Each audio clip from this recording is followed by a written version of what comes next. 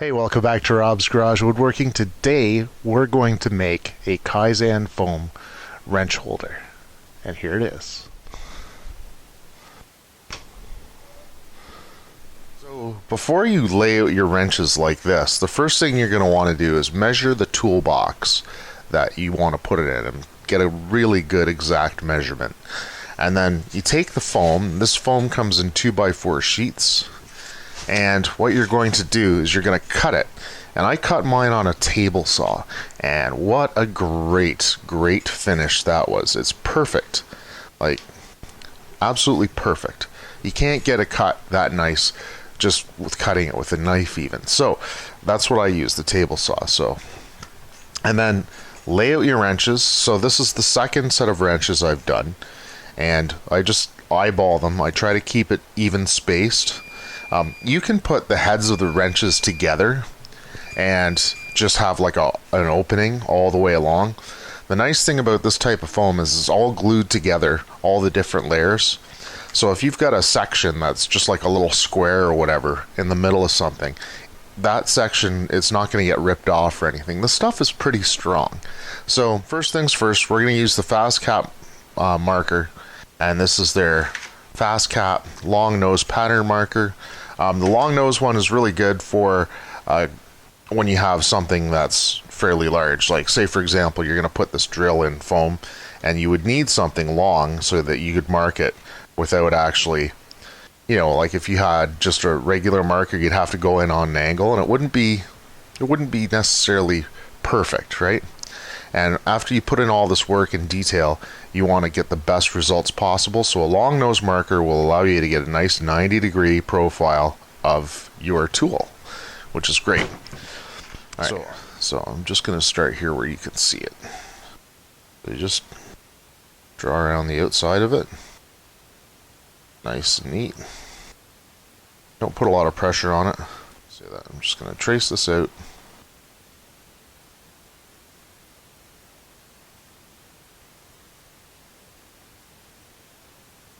Alright, so go around all your wrenches like this.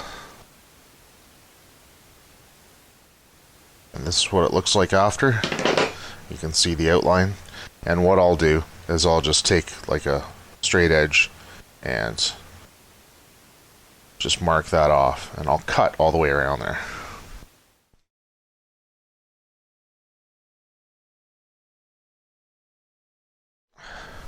Alright, so now we're going to cut these out now. What can you guys see better? So I leave the wrenches out because what we're going to do with the wrench, each wrench has a depth that I want. So I want the wrench to sit, where was it? This one goes here. So I want the wrench to just be in the foam. I don't want it to sit too deep in the foam. So what I'm going to do is I'm going to take this, and I'm going to take my knife and I'm going to adjust it to basically where I want the wrench to sit. And I'm going to set my knife blade for that depth. Yeah. So it's in between settings here, so I'm going to go with a longer setting. So that was this one. So what we're going to do is we're just going to cut around here. So around the corners, if you use more of a saw action, that works good. And once you're in the straightaway, you can just drag it through the foam, and it does a really good job.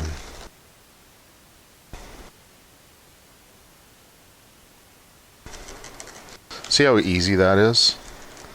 You just make your cut and just follow along. And drag through.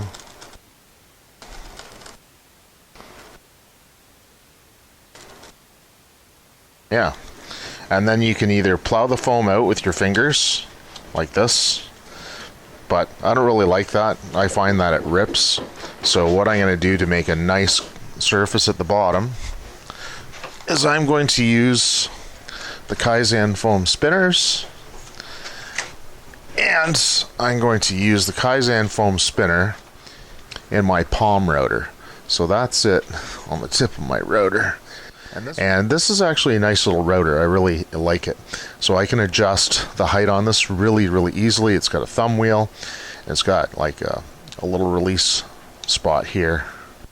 so I can adjust it quickly, and that's really convenient.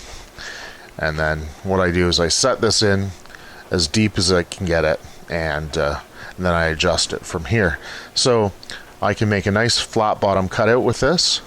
And when I get to the smaller wrenches, this is going to be too big, and I'm going to use a traditional router bit, and that should also be fine. But this one's pretty neat, so I really like it. So now we're going to adjust the height of the palm router so that the foam spinner is the proper height of the wrench. So my wrench, I'm going to have it like this, and I want the top of the wrench to be flush with the foam. So I'll put this up here, and we're going to adjust that. Start this off, plunge it in.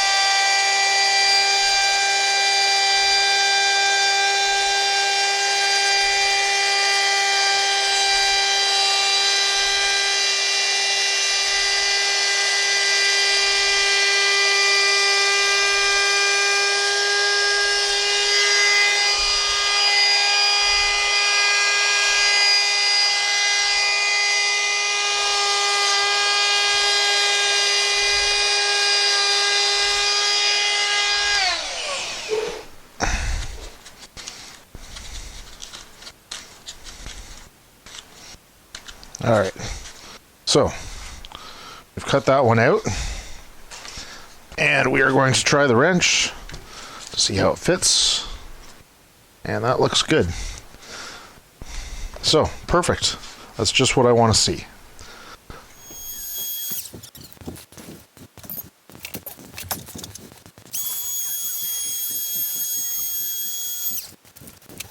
Alright, so now we're going to remove the foam spinner and put in a 1/2 inch traditional router bit.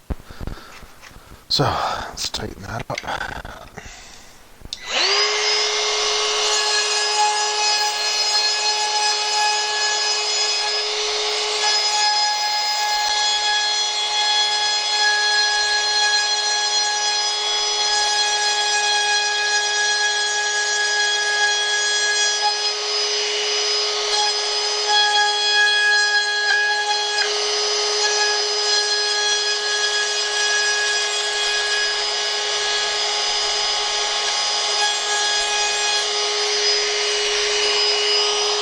Wow.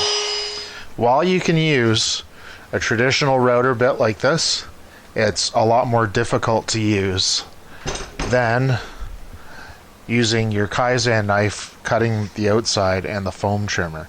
So even though I cut these with the knife, the router bit just was a lot more difficult to deal with. Now, also it was a large bit, so I didn't have a lot of space, but I would definitely use the foam trimmer everywhere if I could. So definitely worth the money. They're not expensive at all. Alright, to get all the dust out, we're just going to use the air hose and blow that stuff away.